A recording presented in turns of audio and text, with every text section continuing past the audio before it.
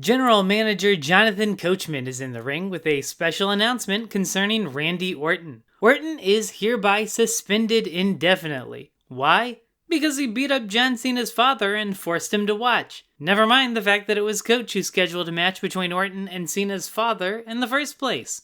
Can the GM of Raw just force employees' dads to compete in matches? Yeah, I suppose that's an issue for HR. Out comes Vince McMahon, who tells us it's important to respect authority figures. But someone who has no respect for authority, Triple H. Vince complains with a straight face that Triple H made fun of him when it was revealed that his son was in fact a leprechaun. He gives us our main event tonight. It'll be Triple H in a handicap steel cage match against Carlito and his tag team partner, dramatic pause, Mr. McMahon. You can practically see every fan in the arena shrug at the same time. Don't get me wrong, I think Carlito rules. He's one of my favorite wrestlers, certainly one of my favorite mid-carders, but he doesn't really strike you as a guy who's going to dismantle Triple H in a steel cage, does he? But Vince guarantees a win tonight, so he obviously has a trick up his sleeve. And now for something completely different. Vince invites out his son, Hornswoggle. Vince says he didn't mean it when he said he hated Hornswoggle. Hornswoggle says he loves Vince, and Vince says he loves Hornswoggle, and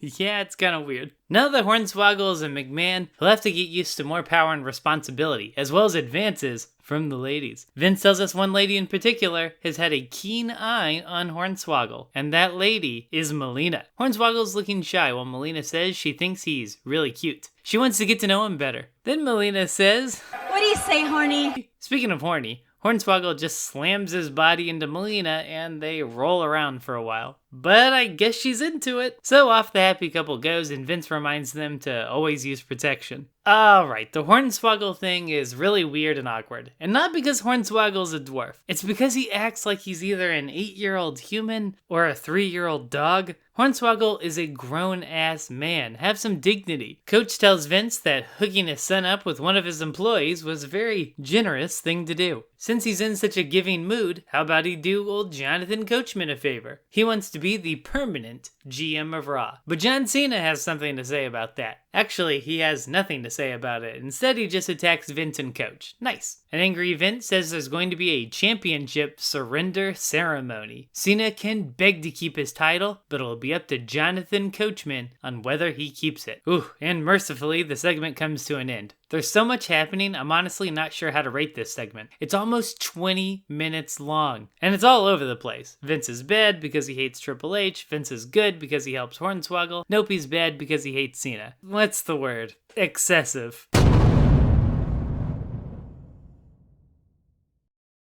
Look at that, a very young Cody Rhodes. They were really obsessed with putting rookies against Hardcore Holly so he could real life beat the piss out of them. I guess it's good to have traditions. Holly says if Cody wants his respect, he'll have to earn it. Okay, let me stop you right there. Does anyone care if Hardcore Holly respects Cody Rhodes? Just asking. Some back and forth shoving, nice clothesline into a dropkick. Love this finish. Cody takes too long and Holly counters. Hits the Alabama Slam and that's it. Alabama Slam might be an underrated finisher. It's pretty cool. Bob shakes his head at Cody as if to say, I'm not mad, I'm just disappointed. This was a very short match and pretty low stakes. It's basically just about whether or not Holly is going to respect Cody Rhodes. I actually think the fact that this was a short, fairly hard-hitting match made it work.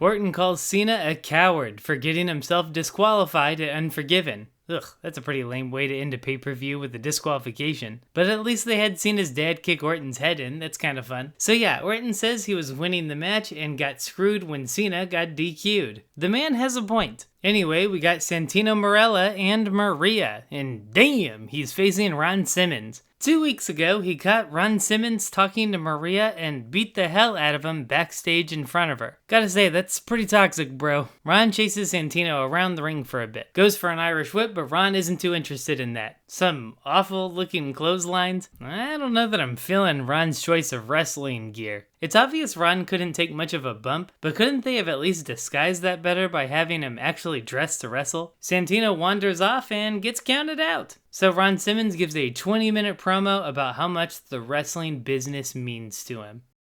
I'm kidding, he says damn and then he leaves.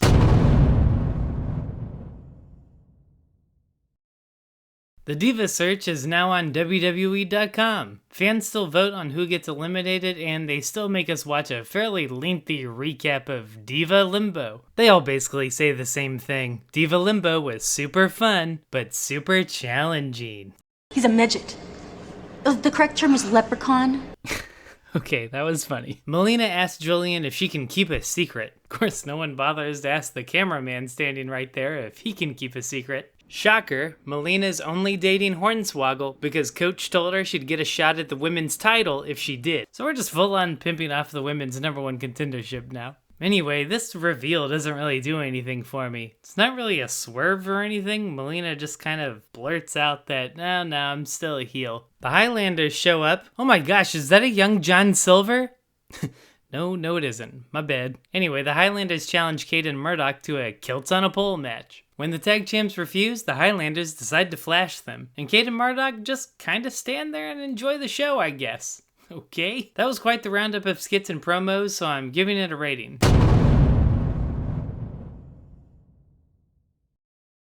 JR tells us this next match is no laughing matter, which made me laugh. King tells us that Vince always has a trick up his sleeve. They also tell us Triple H has been undefeated since SummerSlam, and are trying their damnedest to convince us that wins and losses are a big deal in WWE.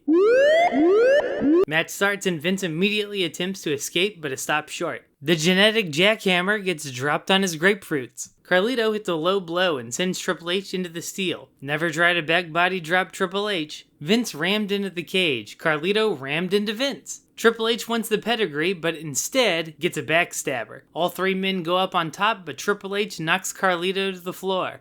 And Vince uses the distraction to escape and win the match, huh? So there was no ace up Vince's sleeve. His diabolical scheme was just to win the match fair and square, and then leave? Carlito tries to run, but gets thrown into the cage a few times before getting busted open. Trips is on his way out, but sees a chair and decides to pedigree Carlito onto the chair one more time, just for the lulz. I know I spend a lot of time complaining about pointless DQs, but this was a cage match. Vince could have beaten Triple H to a pulp and won the match. Off the top of my head, just have Carlito hit Triple H in the back of the head with brass knuckles while Vince distracts. Then Vince can pin Triple H in the middle of that very ring. I hate it. Vince looks good by winning, Triple H looks good by beating down Carlito, and Carlito looks like a little bitch. The match was fine, but this segment just seemed, what's the word? Masturbatory.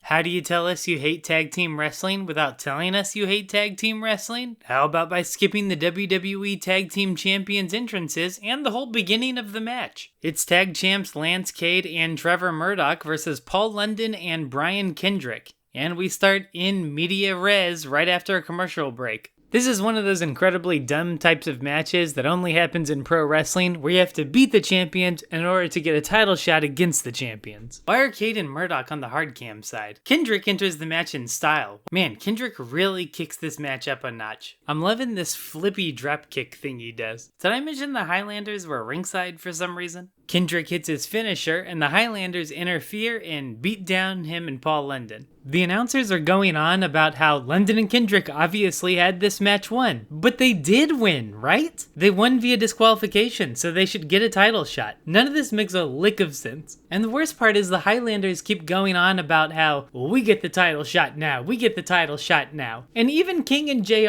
are saying that makes no sense. And the best part is that this heel turn goes nowhere. The Highlanders never got another title shot, like actually never. Not that they deserve one, because they are apparently so stupid.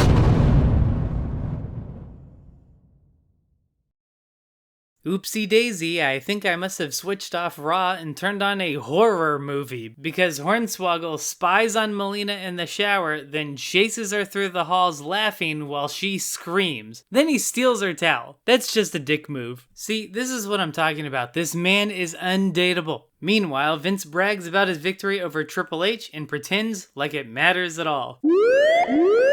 Coach tells Vince that Triple H is looking for him. Vince starts packing his bags to get the heck out of there. And yeah, I guess he just didn't plan on Triple H being mad at him after the match. Vince is on his way out and boom, Triple H is at the door. I love this shot right here. So does Triple H get out the sledgehammer? Ooh, maybe a pedigree through Vince's coffee table. No. He just asked for another match with Vince for next week. And he gets one. And he leaves? Well, I'm glad they could work out the differences. Last week, Jeff Hardy retained the Intercontinental title against Shelton Benjamin. Here's Jeff now, and I like that he hands out the glow sticks. He's followed out by women's champion Candice Michelle. They're in Candice's hometown of Milwaukee. Shelton Benjamin comes out and he's followed out by Beth Phoenix, so I guess we've got an intergender match on our hands. They keep advertising that Dr. Steve-O is de-wussifying America one wussy at a time. Hardy chants as fans are extremely behind Jeff. Fun moment where the Intercontinental and Women's champs pose together, then leap to the outside, whisper in the wind to take Shelton down. Jeff seems to be looking for a Hurricane Rana off the ropes, but countered with a powerbomb. Nice. The hometown hero gets the hot tag. Very cool kind of reverse X Factor off the turnbuckle. He and Michelle set up a little poetry in motion. Huge pop for this, and it's kind of a great moment. Shelton takes Jeff out of the ring, which distracts Candice. Cradle suplex by Beth, and she pins for the win. This was a fun match that did a lot to play off Jeff's popularity, and the fact that Candice was a hometown favorite. I was surprised Beth won, but that's probably actually the right move because it keeps both rivalries going.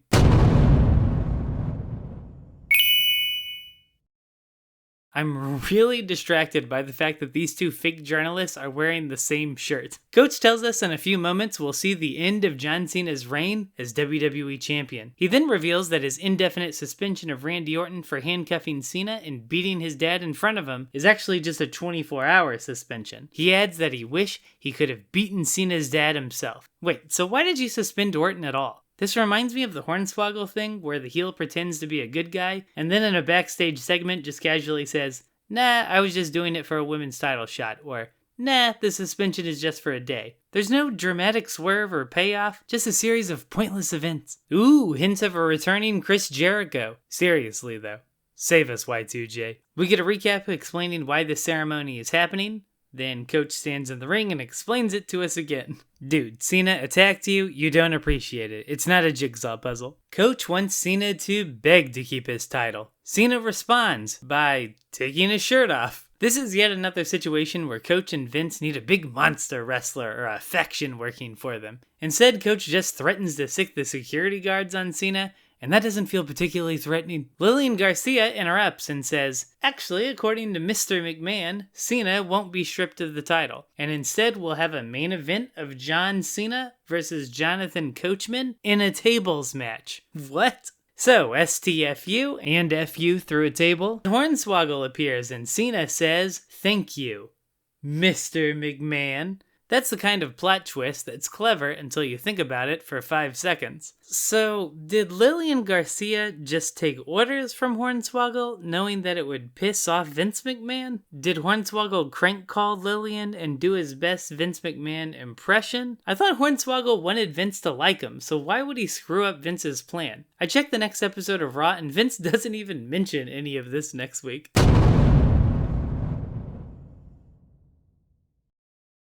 Hey, what can I say about this episode? We're just a couple of weeks away from No Mercy 2007, an infamous pay-per-view that saw Triple H compete in 3 of 8 matches. You also had a Punjabi prison match, and there's always Suck, and a pizza eating contest. Yes, a pizza eating contest on pay-per-view. So with all that said, I give the September 24th, 2007 episode of Raw a final grade of...